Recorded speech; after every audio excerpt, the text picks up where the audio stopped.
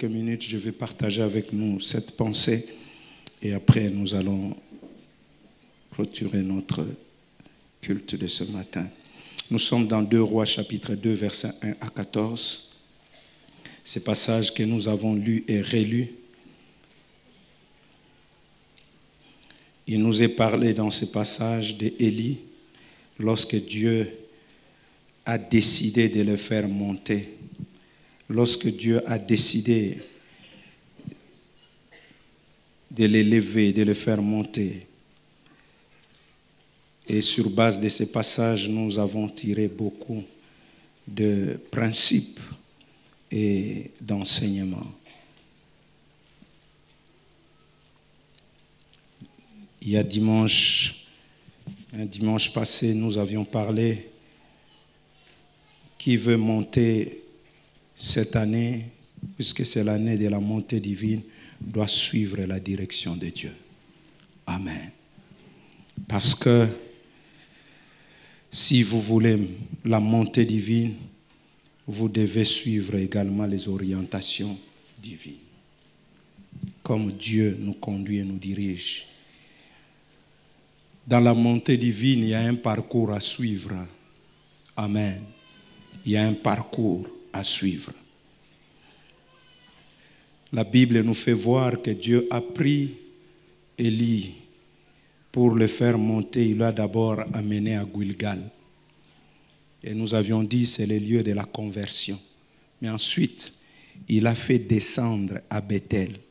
J'ai été étonné quand j'ai lu ce passage. J'ai dit Dieu parle de la montée d'Élie, mais avant de le faire monter, il le fait d'abord descendre.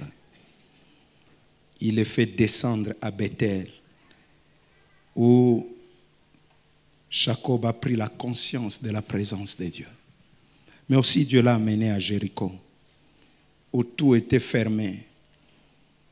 Dans Josué chapitre 6 nous montre que Jéricho était barricadé et fermé.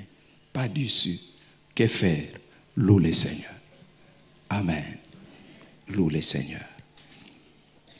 Et il y a une étape décisive où aussi Dieu a amené Élie.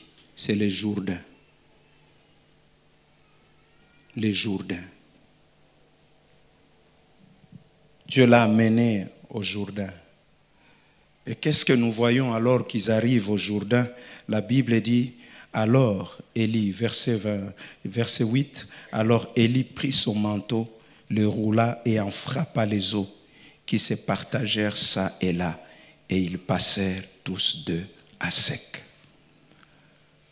Quand ils sont arrivés au Jourdain, Élie a posé un acte.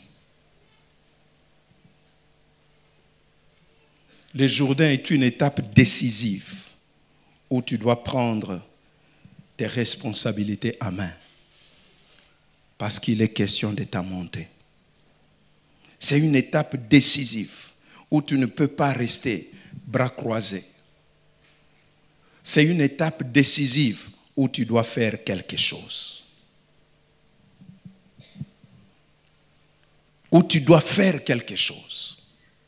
Tu ne peux pas rester indifférent. Tu dois faire quelque chose. La Bible dit, il a pris son manteau et il a frappé. Fais quelque chose avec ce que tu as. Il y a des étapes où Dieu nous amène, il attend ce que nous fassions quelque chose. Il y a des choses que Dieu peut faire pour nous, mais il y a des choses que Dieu attend que nous fassions. Dieu t'a donné des dons, des talents. Qu'est-ce que tu en fais? Identifie ce que tu as et utilise-la. Pour ta montée, tu dois faire quelque chose. Que fais-tu avec ce que tu as? Dis à quelqu'un, fais quelque chose avec ce que tu as.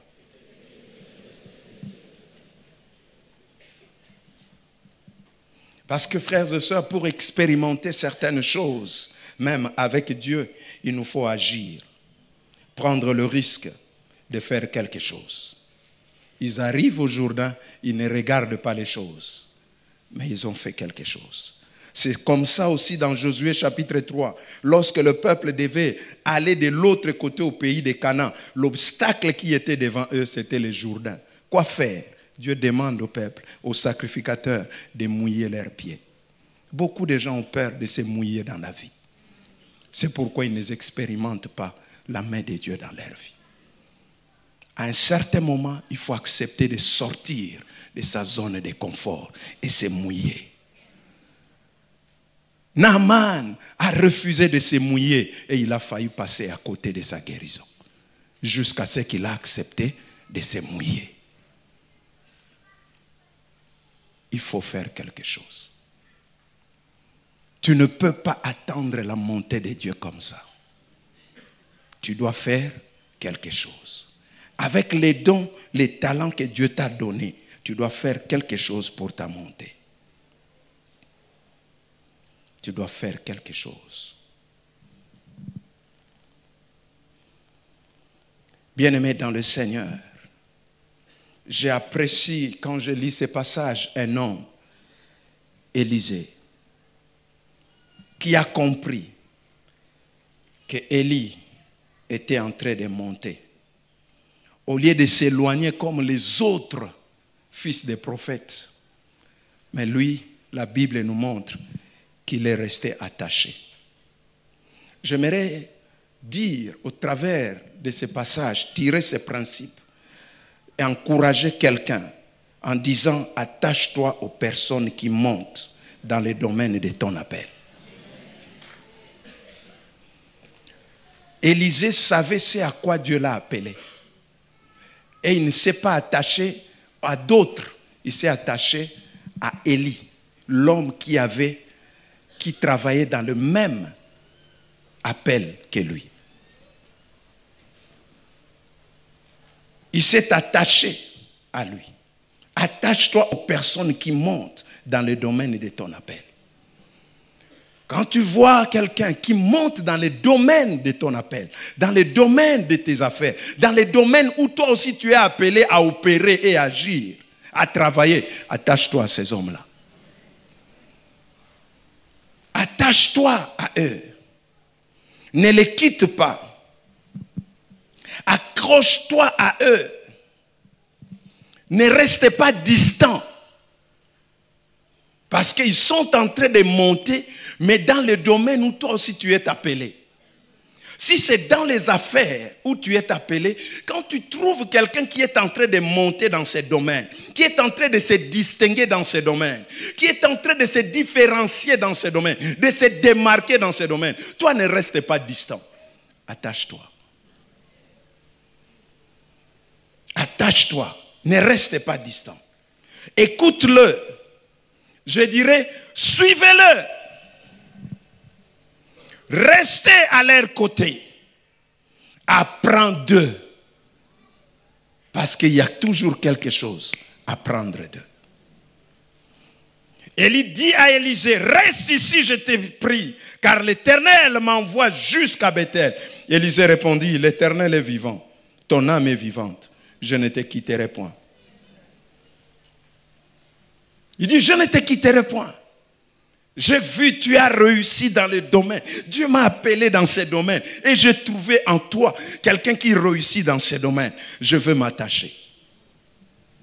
Je veux rester collé à toi.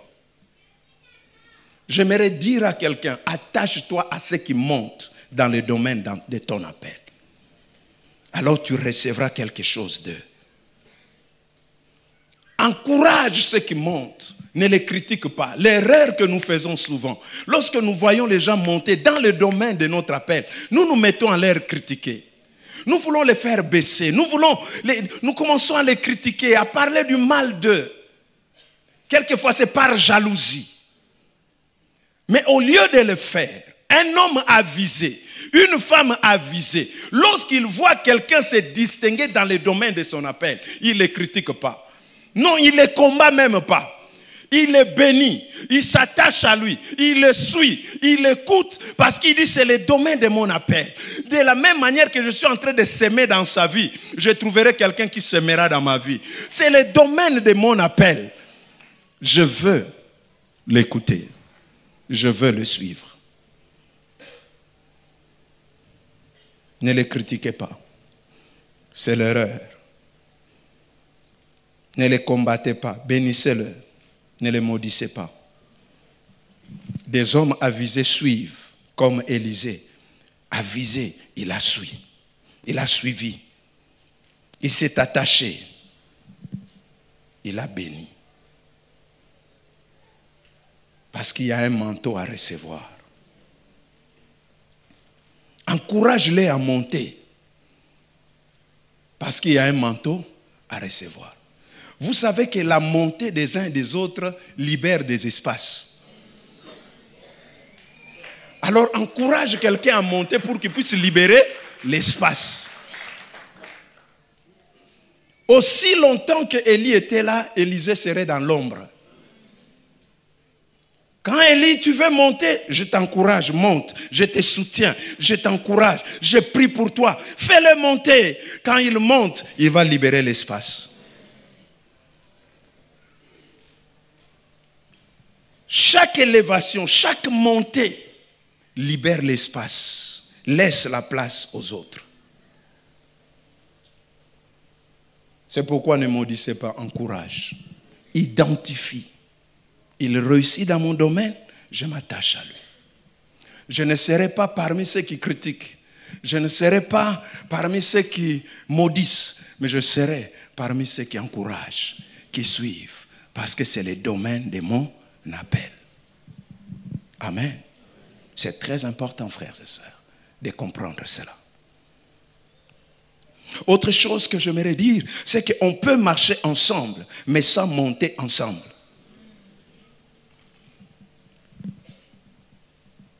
La Bible dit, comme ils continuaient à marcher en parlant, les deux, voici un char de feu et des chevaux de feu les séparèrent l'un de l'autre.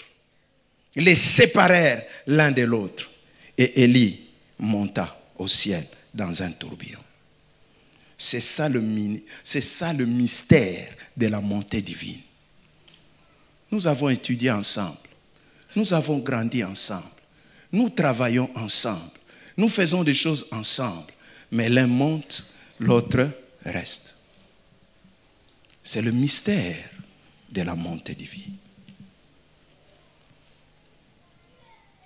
Ils étaient dans un même endroit. Et au même moment, mais l'un monte, l'autre pas. C'est quoi le problème? Ce n'est pas forcément un problème de péché ou d'être moins spirituel ou plus spirituel que l'autre, mais c'est un problème, de la souveraineté de Dieu. Amen. La montée divine est une question de la souveraineté de Dieu. Écoutez ce que le psaume 75 dit, verset 8. Mais Dieu est celui qui juge. Il abaisse l'un et il élève l'autre. C'est la souveraineté de Dieu. Pourquoi lui, pas moi? C'est la souveraineté de Dieu. Dieu est souverain. On peut travailler ensemble pendant des années, mais Dieu est en train d'élever l'un. Les uns, et il abaisse les autres. Pourquoi? Mais c'est aussi un problème du temps de Dieu. Son temps est arrivé. C'est pourquoi Dieu le fait monter. Élisée, tu as encore des choses à faire. Son temps est arrivé. Apprenez à apprécier la montée des autres. À apprécier l'élévation des autres. Parce que c'est son temps. Et j'aimerais aussi te dire, en voyant les autres monter, ne te culpabilise pas. Parce que c'est leur temps. Des fois, on tombe dans le piège de la culpabilité. On commence à se poser des questions, à se culpabiliser. Pourquoi lui, pourquoi pas moi? Alors qu'on a étudié ensemble, alors qu'on vient toujours à l'église ensemble. Pourquoi seulement elle, pourquoi pas moi? Non, c'est son temps. Il fait toutes choses à son temps et chacun de nous a un temps fixé par Dieu pour qu'il le concerne. Amen. C'est très important. Je vais terminer en disant ceci. En lisant ces passages, je suis arrivé à découvrir que les hommes que Dieu fait monter, les hommes que Dieu élève, les hommes ou les femmes que Dieu élève, ils ont une grande responsabilité.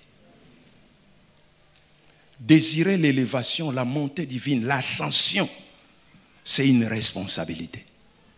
Surtout quand Dieu vous la donne, la montée. La responsabilité des hommes que Dieu élève. Quand Dieu vous élève comme un parent, quand Dieu vous élève comme un leader, sachez qu'il y a une responsabilité attachée à votre élévation. Quand Dieu vous élève dans tel ou tel autre domaine, il y a une responsabilité attachée à cela. Quelle est cette responsabilité? Quand Dieu t'élève, il te donne la responsabilité de transmettre quelque chose à la génération future. C'est la responsabilité de transmettre un héritage à la génération, à cette génération.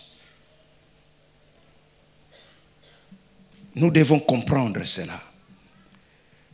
Élie était conscient que Dieu était en train de l'élever, mais je dois aussi laisser quelque chose.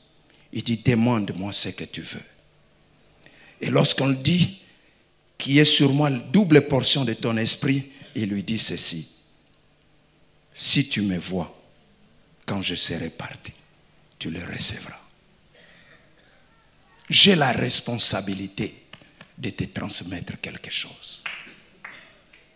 Et quand Élie est monté, il ne s'est pas accroché au manteau. Il savait que le manteau doit rester. La Bible dit qu'il laissa tomber de manière intentionnelle. C'est intentionnellement. Bien-aimé dans le Seigneur, chaque fois que Dieu t'élève, tu as une responsabilité de transmettre quelque chose.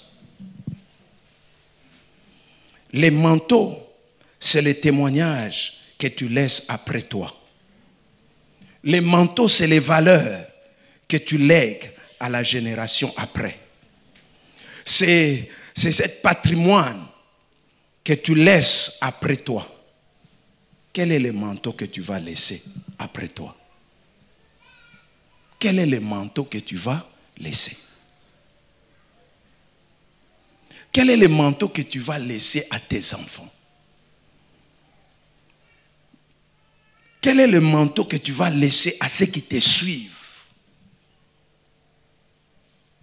Plus Dieu t'élève, plus les attentes des gens envers toi s'élèvent aussi.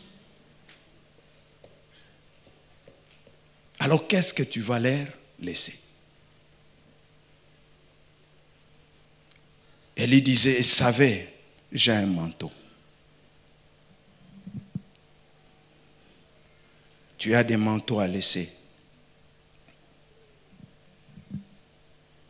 C'est pourquoi je dis à quelqu'un, ne monte pas sans laisser quelque chose à cette génération. Telle est ta responsabilité. Et les gens qui t'entourent te les réclameront.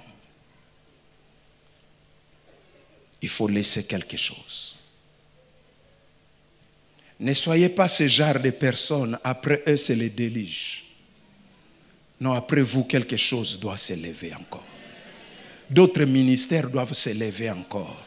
D'autres parents doivent s'élever encore. Ne soyez pas de ces personnes, lorsqu'ils passent, c'est fini. L'histoire s'arrête là. Que l'histoire continue. Il y a un manteau que cette génération a besoin. Qu'est-ce que tu peux laisser? Même de manière intentionnelle. En tant que parent, quel héritage? Le plus grand héritage qu'on peut laisser aux autres, ce n'est pas forcément ce que nous avons, mais ce que nous sommes. C'est pourquoi lorsque Élisée se trouve devant le Jourdain à son tour, il va crier, où est l'Éternel, le Dieu d'Élie? C'est ce que nous sommes. C'est ce que nous devons laisser à cette génération. Les manteaux. Mais j'aimerais dire, quand il a laissé tomber son manteau, Élisée est allé, il a cherché, il a pris le manteau. Mais il y a des gens qui ont laissé tomber leur manteau sans que personne ne le prenne. Bartimée, l'aveugle mendiant, il avait le manteau. Quand Jésus l'a appelé, la Bible dit, il laissa tomber son manteau. Personne n'est venu chercher ça. Qui va chercher le manteau de Bartimée? Ça pue, ça sent mauvais. Malgré s'il y avait même l'argent, mais c'est le manteau quand même de Bartimée, l'homme qui était au bord du chemin. Pour ceux de sa génération, il n'était pas un exemple. Je ne prends pas ce manteau. Mais le manteau d'Élie, on le prend parce qu'il était un modèle, parce qu'il était un exemple. Quel est le manteau que tu laisses derrière toi? Est-ce que tu es sûr que tes enfants prendront le manteau que tu vas laisser? Avec la vie que tu as menée, avec l'exemple que tu as été, la façon dont tu as vécu, est-ce que quelqu'un peut prendre ton manteau? En tant que leader, tu dois te poser ces questions en tant que parent, en tant que leader. Est-ce que vraiment quelqu'un pourra me faire comme moi? Est-ce que je serai un exemple, un modèle? Est-ce que mon manteau peut être désiré? Mon manteau peut être pris. Parce qu'avant que quelqu'un ne prenne ton manteau, il regarde d'abord ce que tu as été.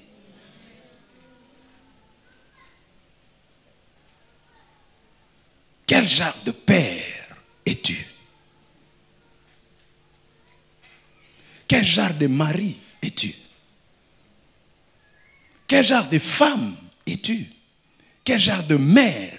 Quel genre de leader, de responsable, d'homme d'affaires que tu es pour inspirer quelqu'un à faire comme toi? Quand il a pris le manteau, la Bible dit s'est retrouvé devant le Jourdain. Il a fait comme Élie. Lui aussi, il frappa. Est-ce que tes enfants, en âme et conscience, comme tu es là ce matin, peuvent faire comme toi?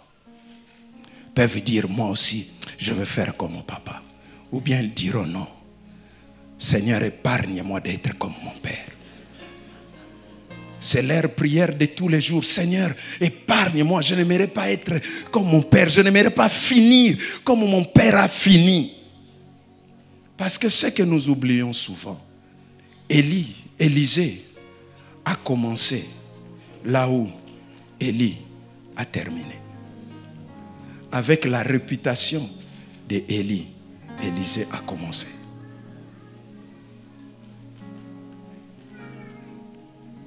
Que Dieu nous aide. J'ai voulu nous interpeller ce matin. Quel est l'héritage que tu vas laisser après toi? Qu'est-ce que les gens diront? Élie est parti, mais on cite son nom. Où est l'Éternel, le Dieu d'Élie? Parce qu'il a été une référence, un exemple, un modèle à suivre.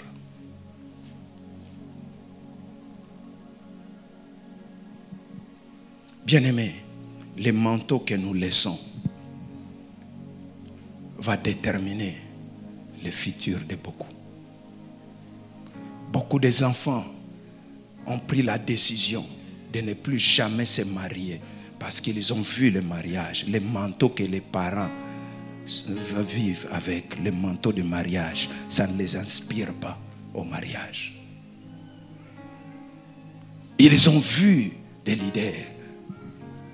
Ils ont dit non, moi je ne pourrai jamais devenir pasteur ou qui que ce soit. Que Dieu nous aide. Mais quand nous regardons à Élisée et Élie, nous comprenons que ces manteaux étaient quelque chose.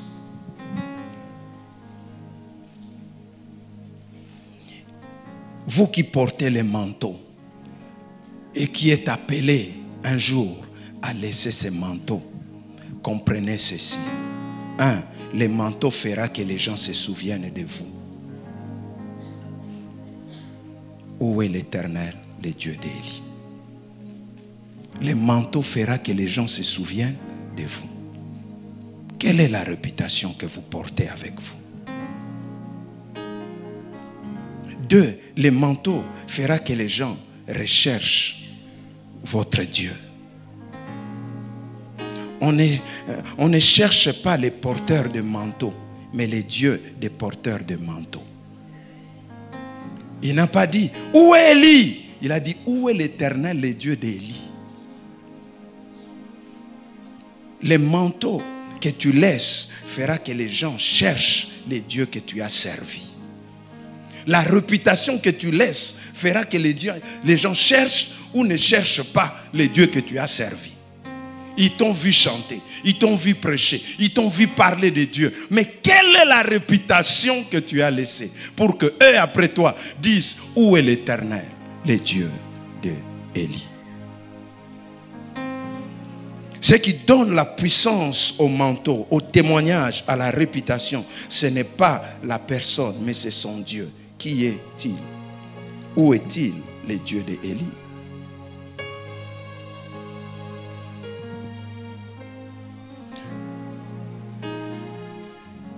Troisièmement, ton manteau donnera du courage aux autres d'affronter les difficultés rencontrées. Quand il s'est retrouvé devant le Jourdain, il a pris les manteaux. Ça lui a donné le courage. Il ne s'est pas posé 1000 questions. Il dit, je l'ai vu et je le fais.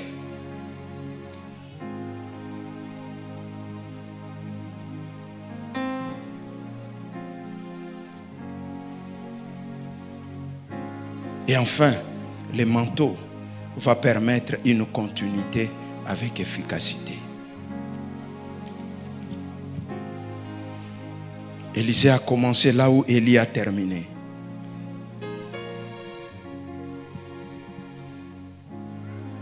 Il a commencé avec la réputation d'Élie. Vous savez, il y a des gens qui refusent même d'écouter les autres simplement parce que ceux qui l'ont précédé n'ont pas bien fait les choses.